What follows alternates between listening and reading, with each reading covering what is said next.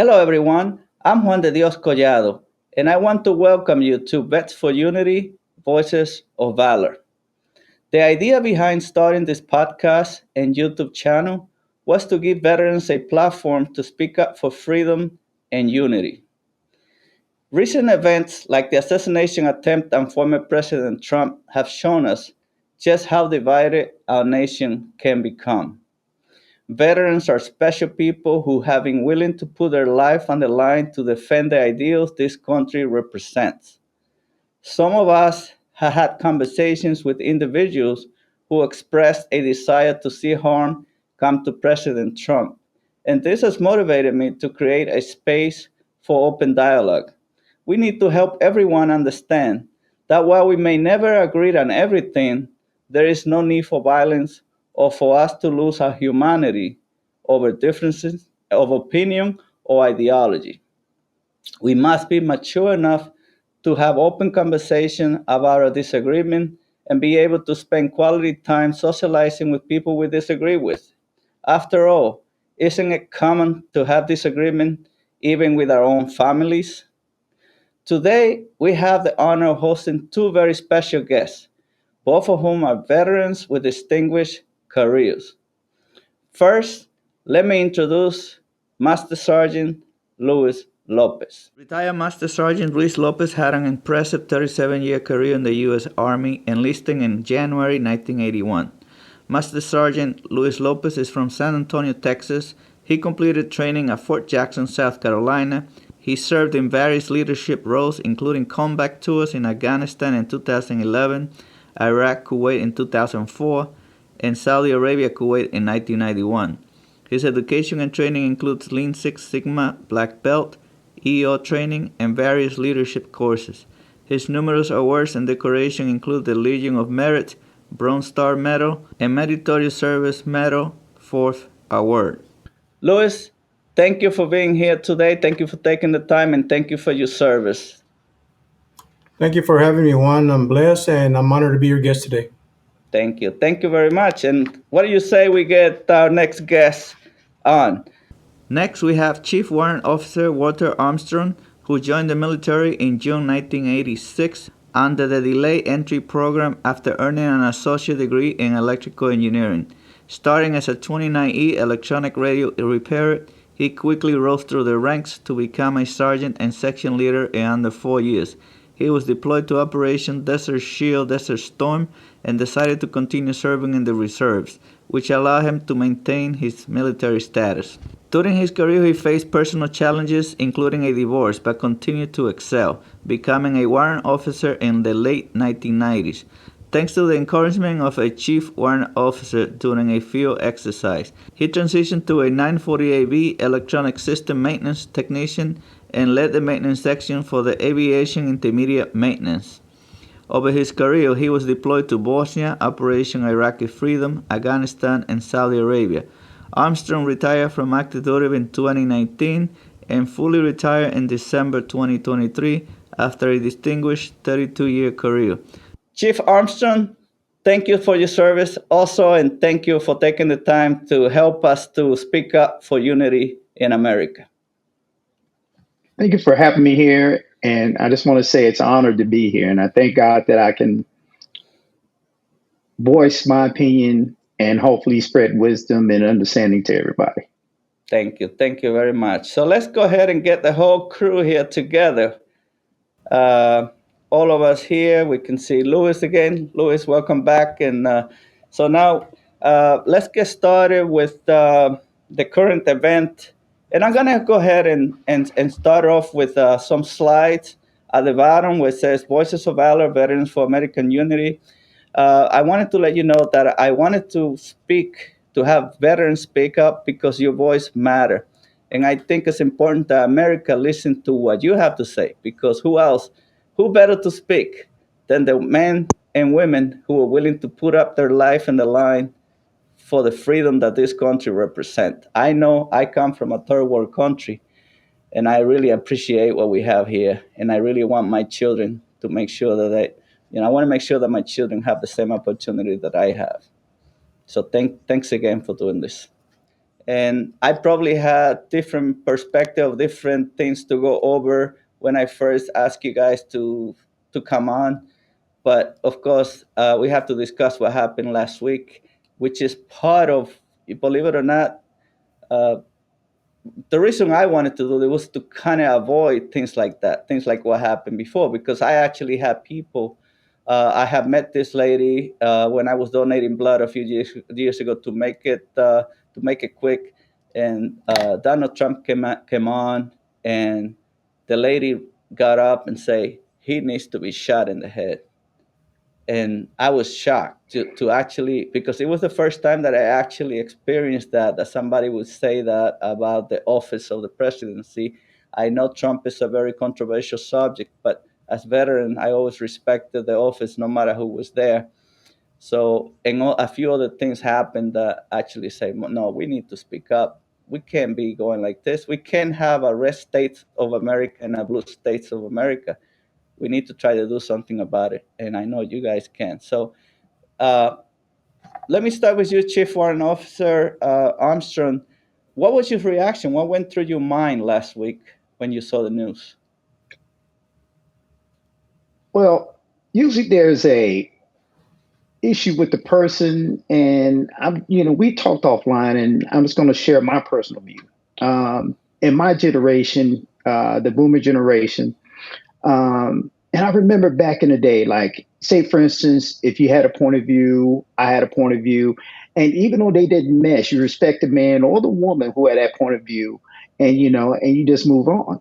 Sometimes you can see their side, or sometimes, they can see your side and everything else. But with the division that I see within this country, it's the thing that's tearing us apart. And I don't know how to fix that. That's a very hard thing because in my generation, and that was way back in the 60s and 70s, it's way different from this generation that we see today. Um, just like with news broadcasts and everything else, everything is instantaneous and everything, but the division is what's tearing us apart. And I have no idea how or if it can be stopped. I don't know what we can do to change that. Great. And I don't want to put my inputs in there, so I want to hear Master Sergeant Luis Lopez's reaction. What was going through your mind last Saturday? Chief brought up a good point about us baby boomers. We grew up, watching JFK, Wallace, with Dr. King. I mean, those types of things as Washington as a youth was just mind blowing. And to see it happen now in our time, in this current state that we're in, because for me, in my opinion, I mean, as a military guy with over 30 years, whether you like the president or you don't like the president, we were there to protect the commander in chief, no matter who it is. We never, that's the way we rolled. So, I mean, but seeing that day was definitely out of line, definitely not who we are, and, but, sadly enough, there are individuals out there with that, that just go beyond the borders of creating that kind of crime.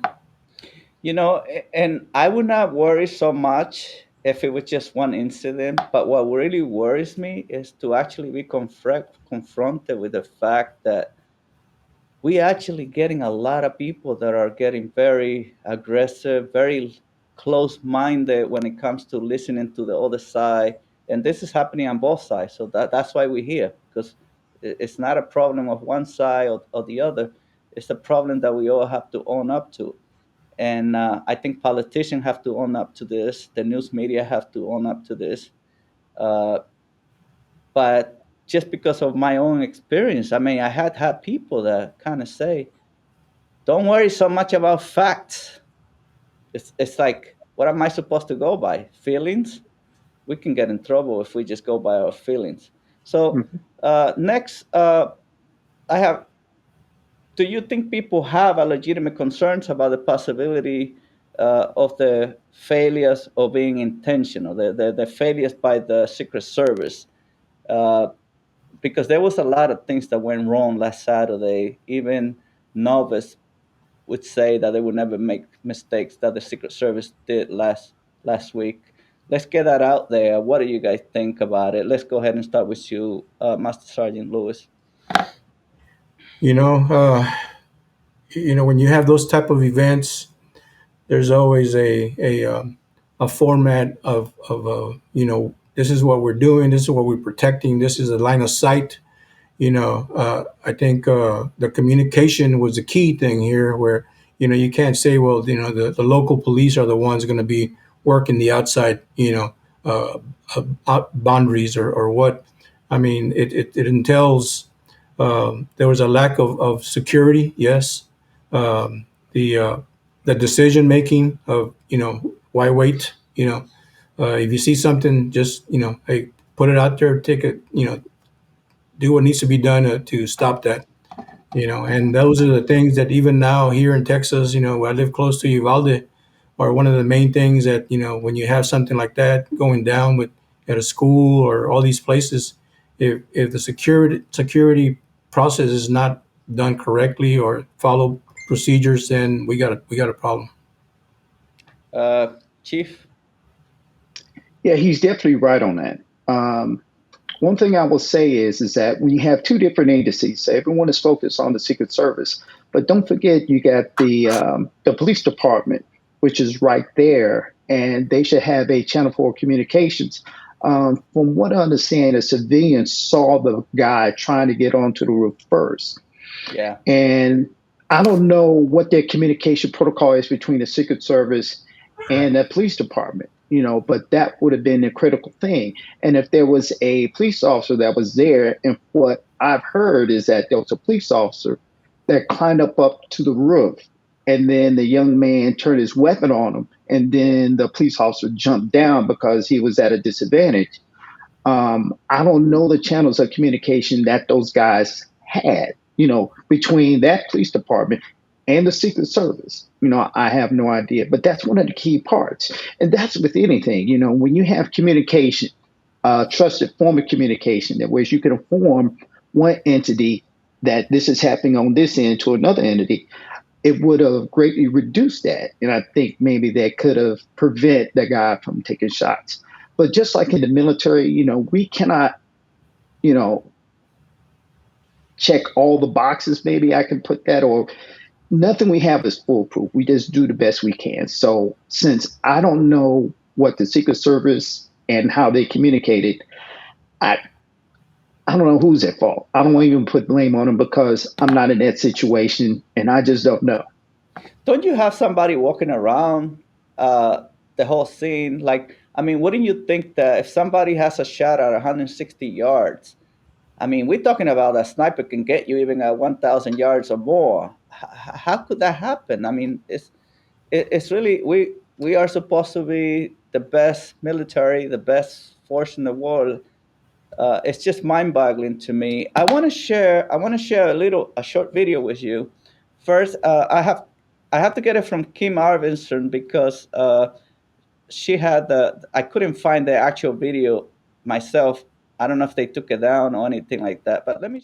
This shot. Let's look at this shot. This is from a TikTok video of the closeness of how close this shot is to Trump's head, and how it nearly did actually hit his head. I mean, look at this. Had he not moved his head at that very moment, he'd be dead. This was a headshot. Now, how does somebody, and the only thing that saved him, this is a headshot. The only thing that saved Trump from the headshot was Trump happening to move at that very moment to avoid being shot right in the head. So it's like an echo from a lot of experts. I've been seeing a lot of videos from military experts, special forces, snipers, and they kind of leading to the same thing. Let's go ahead and listen to this. Basically calls him a conspiracy theorist, but let's go ahead and watch this. I look at all of these things, and I look at different videos where an assailant will pull a firearm on a law enforcement officer, and the first thing they do is they immediately pull and draw and mitigate the threat and the risk. I ask why the local law enforcement officer did not do so. The other thing is that when you set up an advance team, I keep hearing this about the perimeter elements. Yeah. The perimeter is actually established by your threats that are in the area. So if I don't have any threats outside of 100 yards, okay, fine, I can cordon off a certain area. But if I have a building 160 yards perfectly adjacent to the stage, that's an obvious threat, especially with an elevated position that has overwatch. That's a sniper's paradise. And, we talk about Eagle's Nest. You also have, which no one talks about, but the water tower. So what I'm hearing from you is it's not a failure on the ground for sure, but 100%. Also a failure in advance? I think it's a failure in advance. I think it's a failure to have the counter snipers to be able to establish their range fin and their sketch maps. I also heard we've also learned that local snipers were stationed inside that building.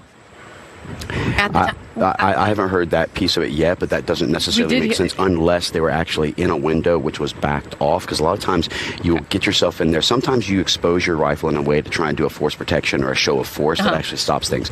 Others are actually more tactical, where they'll sit back a little bit, but a sniper for the law enforcement is only trained to shoot about 75 yards, unlike your counter sniper teams that are on set. But here's my problem. In having done this for so long, they always say the adage of ignorance is bliss, and I think that's true. I've done thousands of advances. I've done thousands of counter sniper operations with our teams in Iraq and Afghanistan, etc. The amount of negligence, the amount of mistakes that was made here, I have a very difficult time not leaning myself towards this was intentional as opposed to fecklessness. But wait, talk to me about that. I actually heard you say this right the day after, which I wanted to ask you about. What do you mean intentional? I mean an intentional failure on the part of... No, I wouldn't say an intentional failure on the part of, but I got to just, I sit here and I scratch my head. You don't want to be the conspiracist. You don't want to be the person. I'm telling you, because that's what it's leaning towards. No, I know. And that's the issue, is that you walk this fine balance of, you're not trying to be a conspiracist, but you look at it and you go, how could this have gone so... But it's one thing if someone on the street says it. It's not that, you, Corn Mills, member of Congress, former sniper, you saying it, it makes my eyebrows go up. When you say you're walking the line on this, intentional what? It almost seems to me, and I think that an investigation is necessary at this point within Congress, not just the FBI, not just others. I look back at it and I'm thinking, all right, for an individual, if you looked at the escalations and how they are trying to approach him, let's just say that it was like, okay, first we want to censor and silence you, then we want to indict and imprison you. Now we're attempting to kill you and take you off the stage. Let's slow down. Please. I'm hearing two things from you. I don't want to jump ahead of things, but I'm also hearing you jumping ahead of things. Well, actually, I'm just looking at all the different possible capabilities. One of the things as a military member, one of the things as a person who's run in the special operations communities before, one of the people who's actually done this is that you look at all potential analysis, right? Donald Trump and his team have said, No, I agree. Dial it back. Do not blame this on Joe Biden. Oh, well, actually, I didn't say Joe Biden, to be completely Who's the clear. they then? Let's be very specific. Well, that's what the investigation has to do. Was it local law enforcement that had made the mistakes, or was there something to it? Was there other types of things? Leave it at that. Bring you guys back. We don't have to go through the whole video, but he say a lot of stuff there that would scare people. I actually have to say that sometimes we mess up really bad, and it doesn't have to be intentional, because maybe going back to 2021. Afghanistan, how we exit out of Afghanistan. I hear a lot of regular soldiers, a lot of military people saying that was one of the saddest days of their life. And yet that was very harmful to President Biden and the administration. So I don't think they wanted to come out looking that bad. And yet it happened. So things does happen, like what you were saying, Chief Warren, Officer Armstrong. Anything else to add after the video? No, because their field of expertise, which is being a sniper, he's done counter sniper missions and everything else. I know the capabilities of a sniper, but I really can't say. I don't have a fight, and I don't have anything to say about that, because I really don't know. I'm just gonna be honest. Okay, Luis. Well, it all, like the chief's saying, I mean, this boils down to the SME, subject matter experts.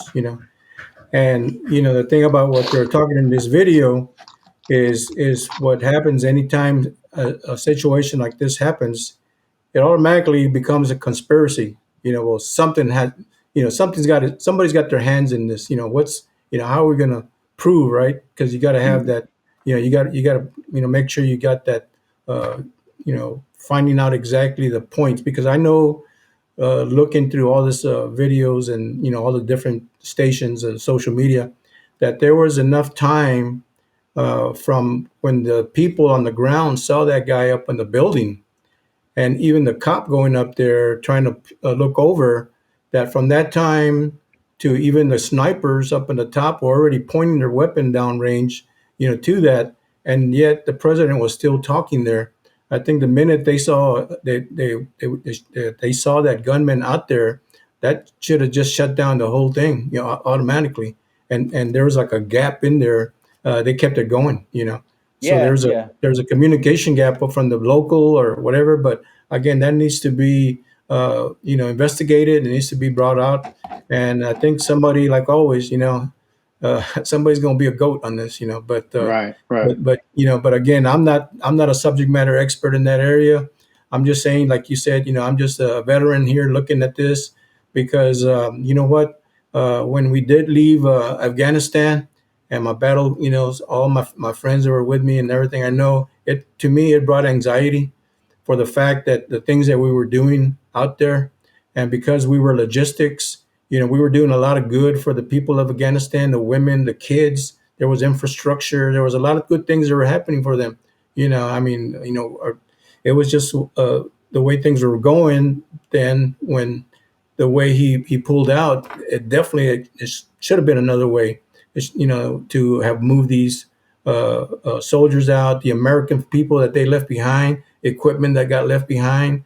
I mean, that was just, to me, uncalled for. It was In almost my opinion, in my view. it was almost worse than Vietnam. Well, yeah, yeah. I was assigned for the Enduring Desert Storm to the 22nd Subcom, which is one of the supply commands. And when we were there, the motto was that we're not leaving any equipment behind. We're going to Right. bring back everything that we had in the desert, and we brought all that back, and we moved some to Kuwait, Doha, and so we were prepared.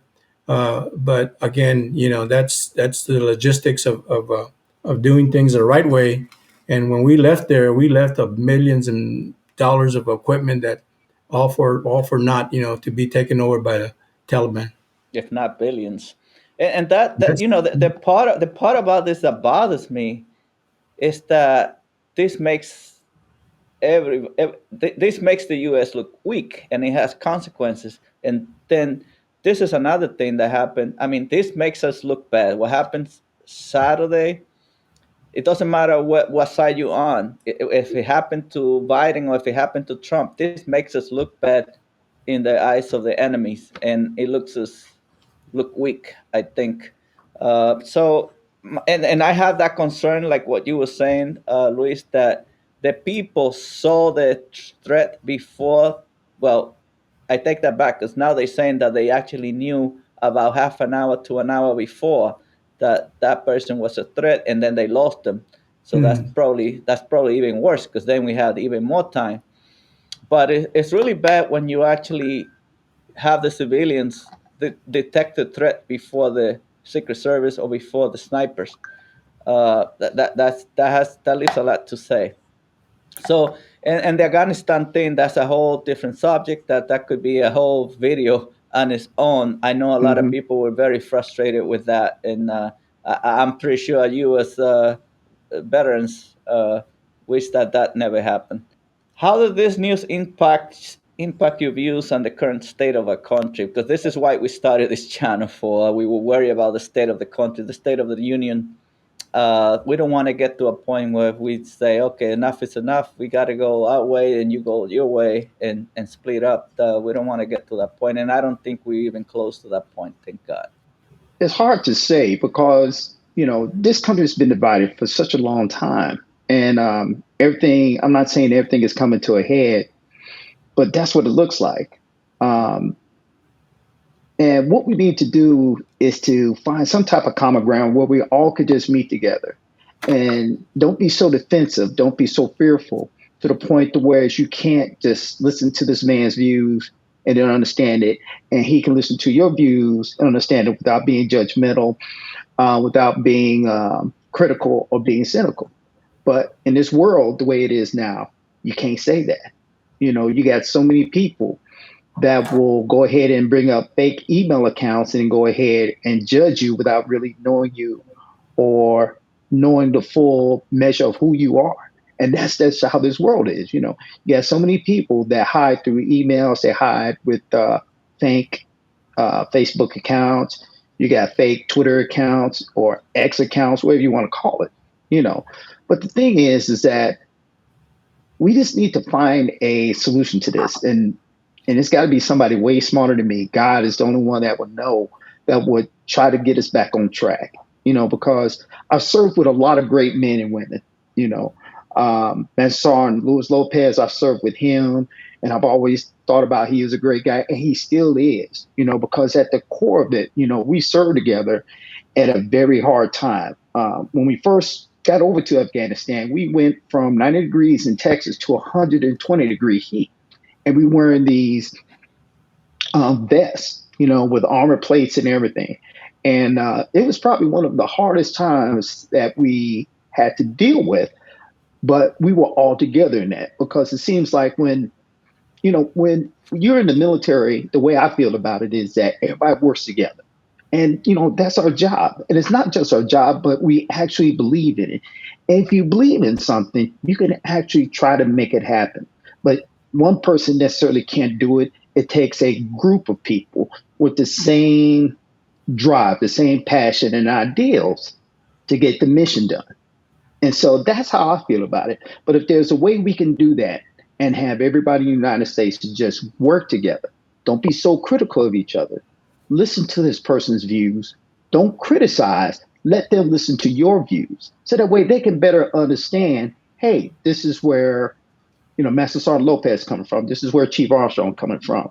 This is where Mr. Juan Colado is coming from. And we have a better understanding of each other without beating each other just because we have different views. But that's not happening. That's the way I see it. I think we have to put a lot more responsibility on the news media and also on the politicians. You know why? Because I had a recent experience that really hit me hard. I made a video on one of my Spanish channel. It had to do with something with a poor Haitian family in the Dominican Republic. They Mm-hmm. allowed me to document them, and all I did was ask them questions that I wanted to hear the answers to. Mm-hmm. And I actually went to one side, more or less, without getting into details. But the point of the matter is that most people that commented were very negative, very putting words into my mouth that I never said. Mm-hmm. Because maybe because I asked this question and they think I was agreeing with that question. You know what I mean? I wanted to Right. hear the answer. So it's very hard in these days where people are just looking at the titles of a news and not reading the whole article, not analyzing the information for themselves. Right. And I experienced that in that video. A lot of hate. But you know what? It wasn't all that hate, because when I look at it and the analytic, 90% of the people like the video. Mm-hmm. So we are on the right side. We are on the right side because most people were not hateful. Most people understood what I was trying to say, not to lose our humanity Mm-hmm. over disagreement or anything like that. Never to lose. I mean, an immigration issue should never make us lose the humanity side of us, the caring for people. And Mm-hmm. that was I get very sensitive with that, because it's really hurtful to know that there are so many people willing to lose themselves just because they don't want to listen to the other side, or Right. anybody. I was on their side and they were Mm-hmm. killing me, Mm-hmm. you know, and Yeah. and I think that's happening here too. Mm-hmm. That's true. That is the same And if I way. can Yeah. add a little bit to that, what the chief was talking Okay, about. go ahead. Yeah, to me, it's just what you're talking about, like I'm a first generation, you know, a family here in Texas, San Antonio. My parents are from Mexico, and we me and my brothers are all the Navy and Army, and I joined the Army, and we grew up with our moms, John F. Kennedy picture next to Christ, Right. and all Democrat. We were just a Democratic. I mean, that's the way we roll all the time. But I mean, Mm-hmm. as we grow older and we each gets their own life. I'm the oldest of 9 siblings. So you can tell that we have a large family. Spread with different. One's a Muslim, one's a Jehovah, one's Christian, and so I mean in our family, and we just kind of stray in different areas. But what I'm saying here is the main thing is the current events. Whatever the current events are going out there, that's where people are going to grasp the social media and follow that. Hey, well, right now we need to be on the safe side of taking care of people, and who's saying that more than the other, and but bottom line is we need to just come together, like the chief says, and think as one. There's only one race, the human race, and the only colors I see is the red, white, and blue. Those are Mm-hmm. the things that we got to just keep it together as we move forward. Mm-hmm. Yeah, I think it's about respecting. I think freedom of speech is so important because we always going to disagree. But if we don't agree to disagree in peace, we're gonna have a lot of problem, and that's That's what the that's key what really word. hits hard for me. Mm-hmm. Agree to disagree. Yep.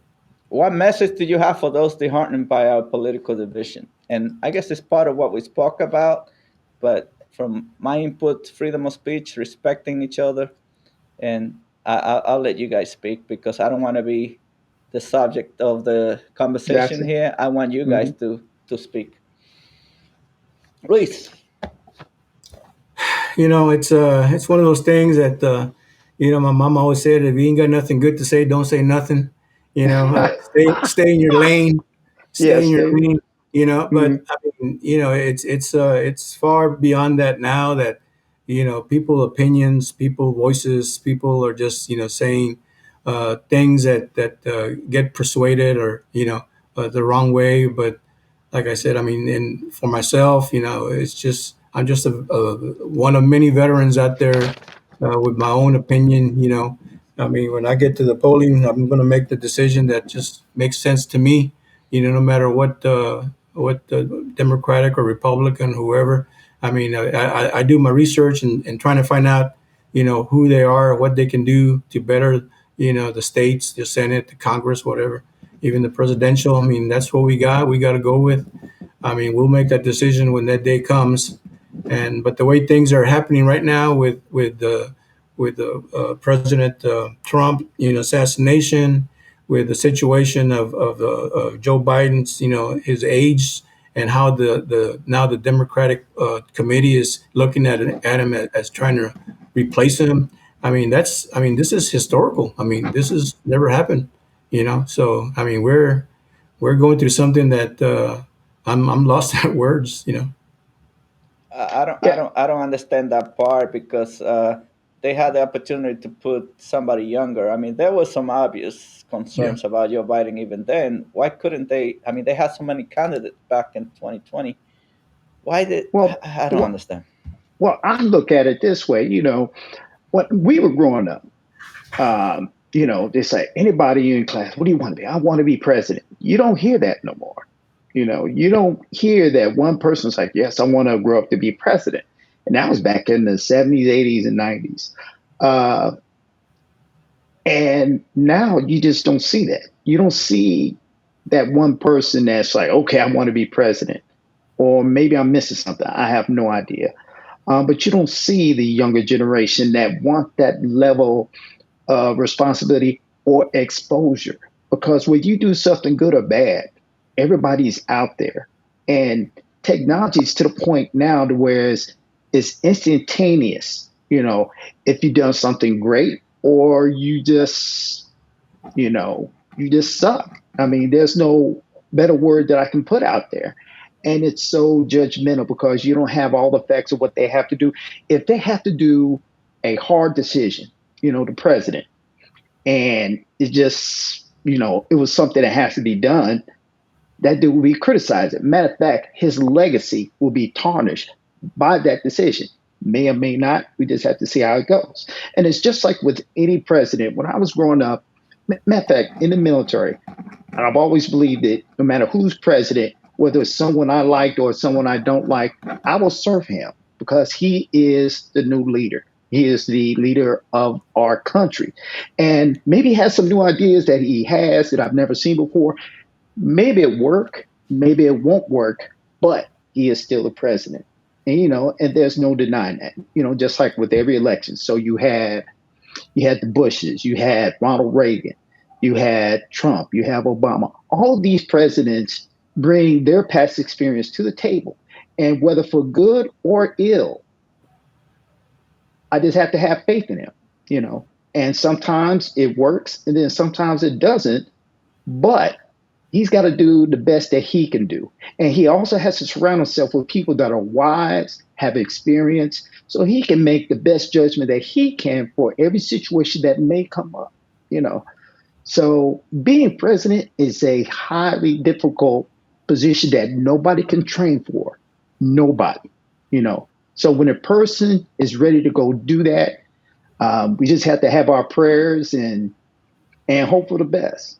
Because that's one thing about the human spirit. We're indomitable, especially during times of trouble, no matter what. We can see ourselves through. And I thank God for that gift. So that's how I look at it. Do you have any concern for do we look weak for how weak the president look? Uh, because of I'm talking about our foreign enemies that may want to take advantage of us.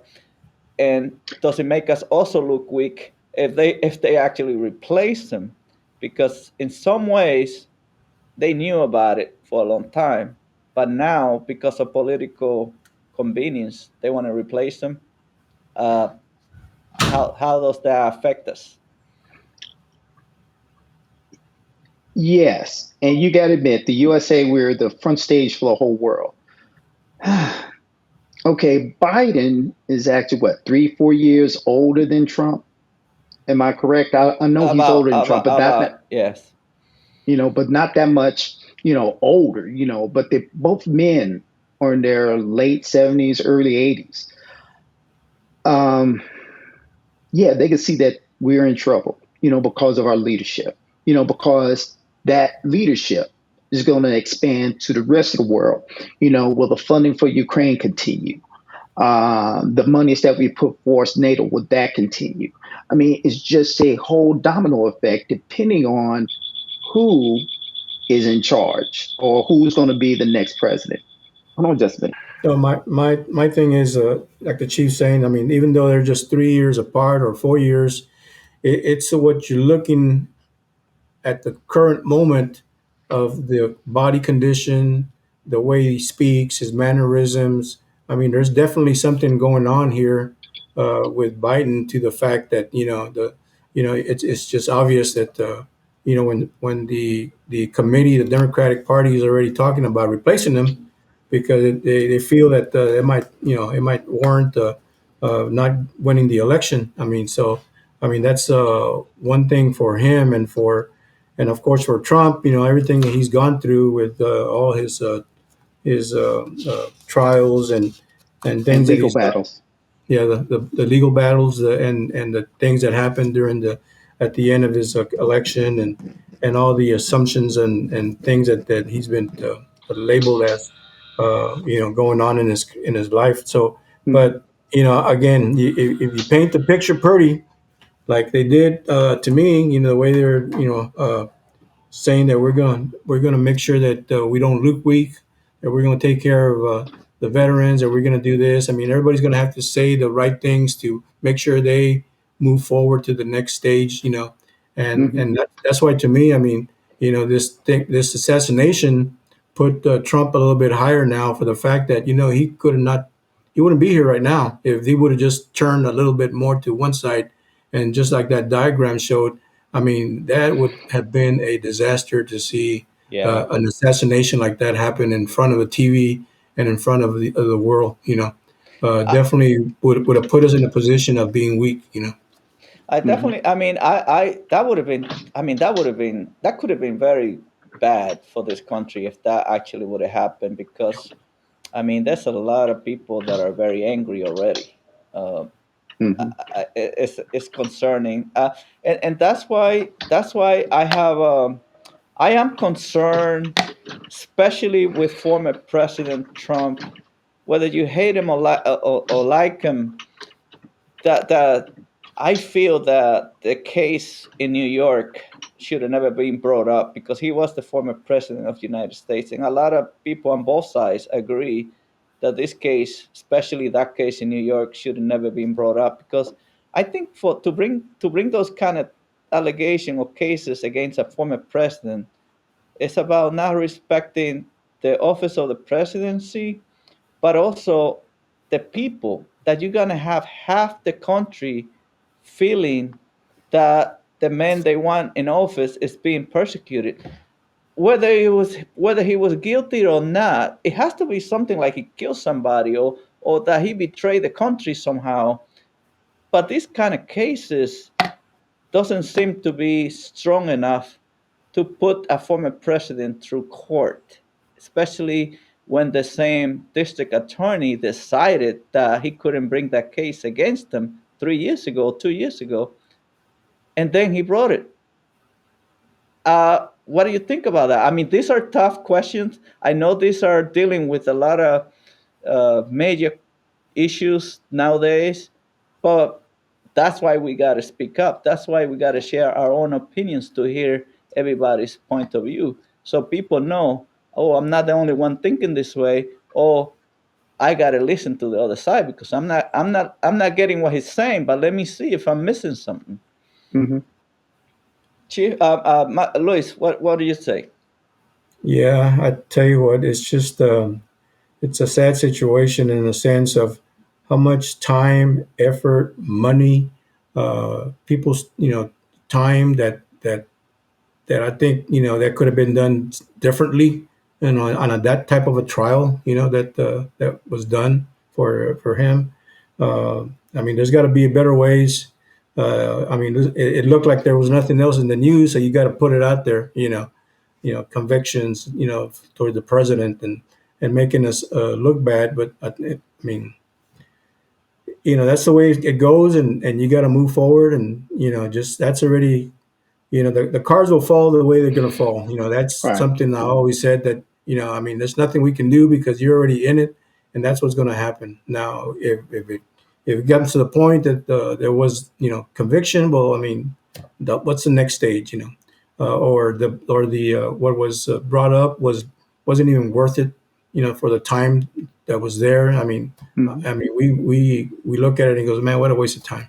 But I mean, we got to keep on going and just find out what's the best way to when something like that happens to a president. There's got to be other ways to acknowledge what's right and what's wrong. And I think that's why it's so sensitive what happened last Saturday because whether they right or wrong, half the country have felt that Trump was persecuted politically. Like if he was not a candidate for this 2024 election, he Hmm. was that case would never be brought up. The secret document case probably would never been brought up, and it's kind of and then what happened with the Russian investigation for 3 years that then we find out it wasn't real and actually Hillary Clinton had to pay $108,000 for being the culprit for making that up, but nobody that doesn't that didn't even make any noise. So I think, do you think people have a legitimate concern about political persecution of Donald Trump? Am I missing something? Am I not looking at it right? No, you're not missing anything. The thing with politics is that politics has no rules. There's no rules in politics. There's not a book on how politics should be run. I'm just saying. There is literally what are the rules of conduct for politicians? As you can see, the persecution And it's not just Trump and it's not just Biden, it's for every president. Because what I think that I'm seeing is character assassination. Please forgive the word. I mean, they're just trying to discredit a person that's looking for the office of the presidency. And the way you do that is that you find anything that you can that's negative about that person, and they can bring it to light, which shows the whole American public, this person is not worthy to be president because he did this, this, this, and that. Whether it's laundering money, you know, um, cheat on your spouse, whatever the case may be, any dirt that they can find, and this is what they'll use to discredit any person that's going for the presidency. It doesn't matter who it is. So I don't know if there's any ethical standards when it comes down to politicians, especially when people are trying to go for that position. But I, I, if there's no rule book, then anything goes. It seems like. It's a free for all. I Yeah, mean, it's a and free for it all. goes from the top of the presidential to the government to the governor to the city council guy. I mean, Right. anybody's running for something, they're gonna slander and throw stuff out there that is just uncalled for. Right. Supreme Justice Kavanaugh from 37 years back. Not that he raped somebody, not even the allegation was not even that he raped her. It was that he tried to when he was 17 years old. Mm, I mean, those kind of things make you feel like, is it political? Is it? I mean, politics is getting very dirty, but the thing is that it has consequences in ourselves. It creates a lot of anxiety in ourselves, and it's very hard to shield your own children from all of this when the social media. I think social media has a lot to do with it because a lot of people are coming up with this thing. There's no absolute truth. It's only relative. If you think it's true, it might be true for you. It might not be true for me. But I believe that if something is black, it's black. I believe if something is white, it's white. And when Mhm. we think that we have our own truth and you have your own truth, I think that could take us someplace that we may not want to be. that's true. Well, we're already there. I mean, if you look how divided the country is, you know, um, we talked about responsibility, and that's one thing the military has taught us. We be responsible for our actions, whether good or bad. If you got a great result, great, not a problem. But if you didn't have a great result, learn from that and keep moving forward. You know, um, People in the military, this new generation, if they fail, they just like, oh God, what are we going to do? And what I mean by that is that they don't look at it as a learning experience. They look at it as a bad mark against themselves because they failed at something. But that's what being human is all about. Yeah. As we continue to age, we make less and less mistakes because we failed along the way. It's all about being human and being responsible. Um, I just don't see that as much anymore. To whereas, somebody's responsible because they're so easy. I mean, people nowadays, not everyone, but people nowadays will badger them, or make fun of them for making mistakes, which create an environment to whereas these people now will not, if they have questions, will bring it up or anything else. So it's it's a hard question to answer, what it would take to bring hope back when you have so many pathways to whereas you could be disheartened, disenchanted, or just feeling hopeless about our situation as being Americans. But I always had hope because just because you have this multimedia empire where you have these people that influences hundreds of thousands of people, you still get other people like myself, you, Juan Collado, Massasar, and Luis Lopez, and we have other people that are out here that are doing the exact same thing, but we're boots on the ground. When we have our families, when we have working with our people up there at work, all these things influence them. And I feel that, trying to be the best Walter Armstrong I can be, that God has given me this gift to work with each other and to move forward as a as a team, There's no other word I can put. But yeah, as a team, it will help them to keep moving forward and to give them hope that, not all is lost. Because America, you got to admit, we have a lot of diversity, but that diversity at one time was our strength. And then now it's become our weakness because of the separation of that person's honest view. I mean, I don't know how else to put it. Yeah, I mean, we have to have a common sense approach, and also I think we have to get away from the macho me.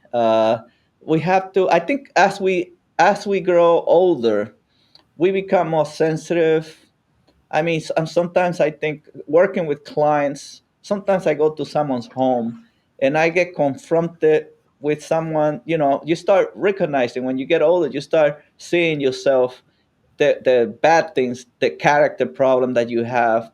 And then sometimes God has a way to placing somebody just like you in Hmm. front of you, Right. and I'm like looking at myself in the mirror, and I don't have a problem with talking to my family, to my friends about that has happened to me, that I see someone that has the same issues that I have, and I say, wow, that doesn't feel good. I didn't Hmm. like it. And man, I had to try to work on myself to stop from hurting my family, my wife, my children. But at the same time, also knowing that we are human, that we're gonna make mistake, and it takes time to get better. Even Right. even when I recognize that I have a problem, that I have a character problem, it's so hard to get rid of it. And I pray, and I analyze myself, and still so hard. But the point is that even as an individual, it's so hard to become a better person, to work on it, and to improve. And the same thing as a nation, as a country, it's gonna take time, but we have to make improvement. But right now, it almost feels like we're going back in time, because I know it's the military, but going back to the USS Nimitz, 1990, 1993, I felt like we worked together with a whole bunch of people from all over the world, different color, different religion, and I felt like we worked as a team. And now it feels like I don't know how they do it now in the military with all these things going around. Maybe it's like what you're saying. In the military, we're working as a team. I guess everybody in the trenches, we are all one. Yeah, we are. We are one because the nation's military is a volunteer. You volunteer to go into. You're not drafted. You're not. Be somebody's making you join. We Hmm. join because we want to. We join Hmm. because we want to be there, part of the United States military, whatever branch. We're there to do the right thing. But going back to me, we're in a melting, boiling pot of all these issues that you brought up, and we're down so low that like they say, well, I mean, that's stuff that out of my control. But what you're doing here, Juan, is the right thing by having us voice our opinions. Say what we got to say, and we move forward. I mean, I know the chief here. I mean, hey, if he smiles, I smile. So we got to just Yeah. stay positive and keep moving forward on doing the righteousness for our kids, for our neighborhood, for our country. And just keep on going. I mean, sometimes we can't change wrong.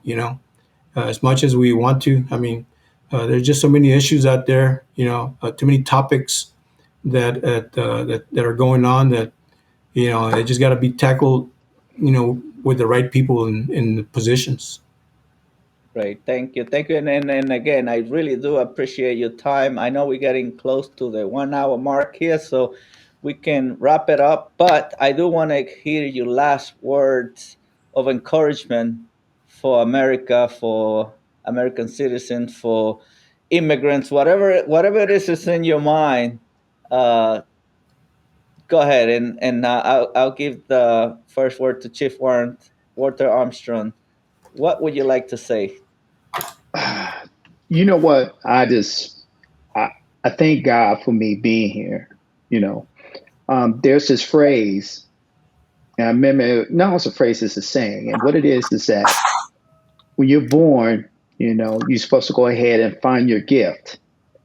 And then once you find your gift, you give it away, you know. And what that means is that God gives us a individual gift that's special to one of us. And it's your gift. And you share that gift, whether it be mentoring, whether it be Yeah. sacrifice, whether it be leadership, whether it be sewing, whether it be cooking, And I live that every day, And I thank God for Him giving me this gift to talk with people, to help people. Um, and God put me in positions where, it's like I got there just in time or I'm able to help somebody.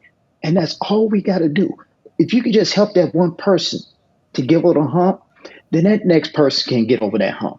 And you keep doing that, and you keep moving forward. And that's how you move forward as a nation. So if you go ahead and you just help just a little bit, it's not that hard. And we can just help each other out. And we just got to work together as a nation. And that's all I got to say. If I, I'll keep doing, I'll keep doing what God has given me to do. And I thank God for that ability to do so.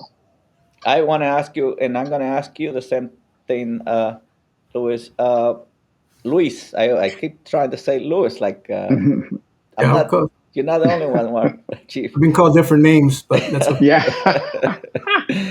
So I wanted to ask you, since you were getting along the line, you had a lot of opportunity to help young men to my and I am a firm believer because I experienced that when I was a young kid. Some people think that you just have to help somebody, giving them money or giving them something, some physical gift. But no, sometimes the best gift are the words of encouragement when someone needs it the most. And I know I had plenty of those experiences that somebody affected me in a positive way as a child, and I can't brag about it, but maybe those things helped me to stay away from trouble, to stay away from getting in trouble with the laws or anything like that. What was the Walter Armstrong before the military and after the military? What is the biggest difference? What do you appreciate the most from that experience? You said what I appreciate before I joined the military and what I Like appreciate after the military. what would you like? Any major difference or changes in you before, since you joined the military? Like what would you like before? What would you like after? Or what's the most significant change that you noticed? One thing I realized before I joined the military, I really didn't know how big the world is, because I was from Chicago and I knew the South Side, that neighborhood. When I joined the military, I see so many different people, so many different backgrounds, uh, cultures, and everything else. And I got to live in 7 different places around the world. I've been to Korea, I've been to Kuwait. And it was just a blessing just to be able to see how big this world is and see how many people just gather together because we believe in the credo of the Army. And, we work together as a team to get the mission done so we can be redeployed back home, you know.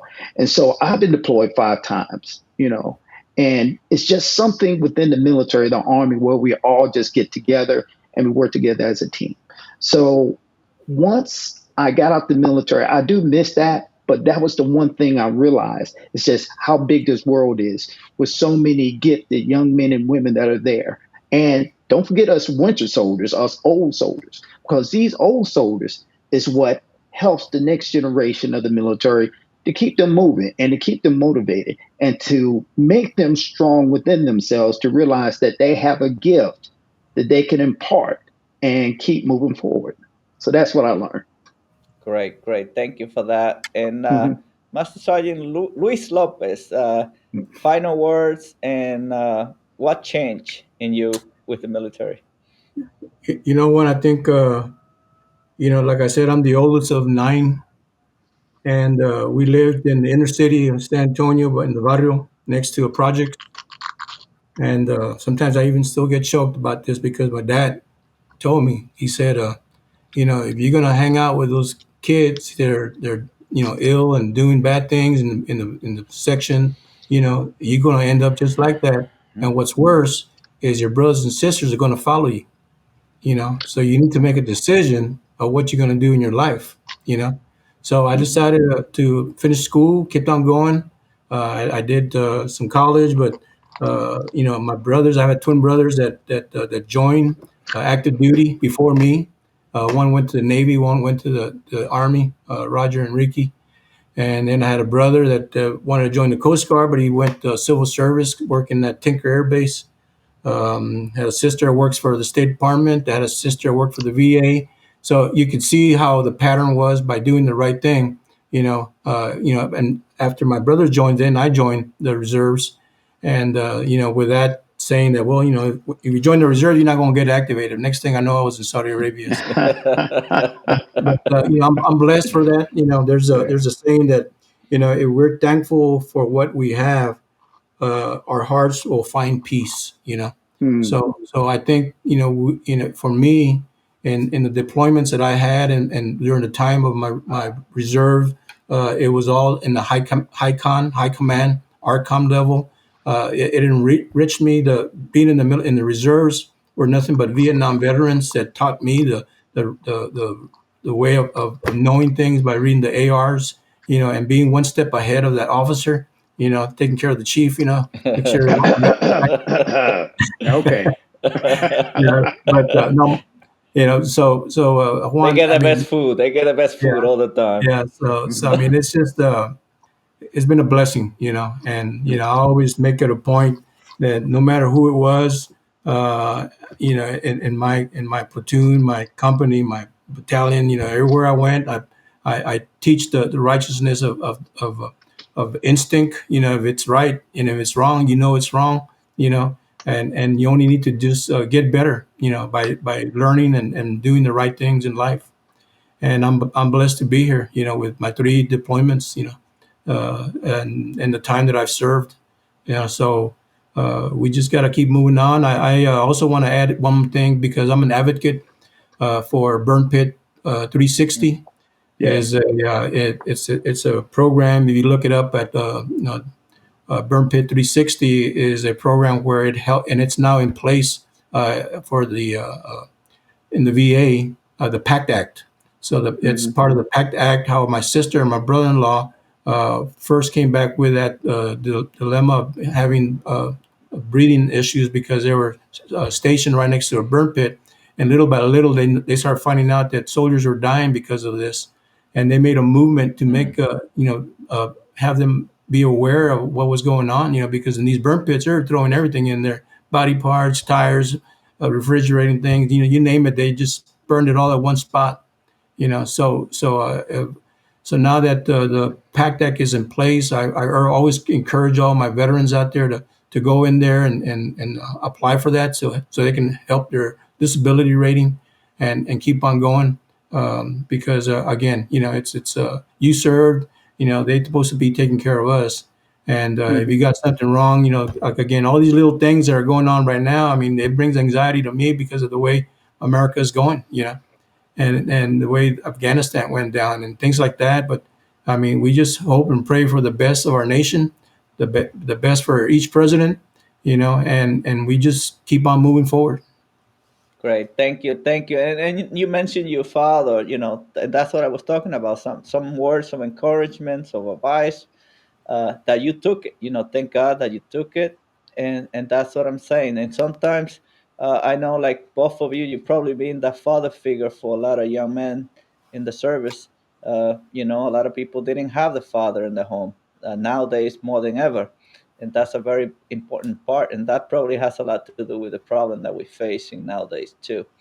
But anyway, thank you so much. And Louis, if when I next year maybe I might be going your way to Arizona, and maybe we pass by you and we get to do one of this in person, and maybe you're gonna have some other veterans, maybe the chief, that we could do something in person rather than virtual. But thank you so much for doing this.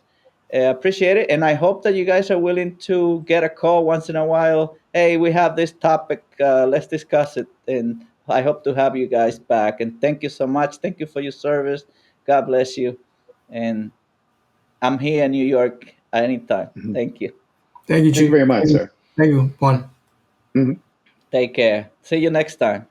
What do you guys think? I thought that went very well. I really thank Luis, Master Sergeant Luis, and Chief Warrant Officer Walter Armstrong for being here. If you are a veteran and you want to come on and speak about the division in America, about protecting freedom of speech, about protecting the future of America for our children, please let us know. We put the email here, vetsforunity@gmail.com. Don't hesitate to get in touch with us, and we'll make sure to have you on next time. God bless you. God bless America. Take care, everyone. Until next time.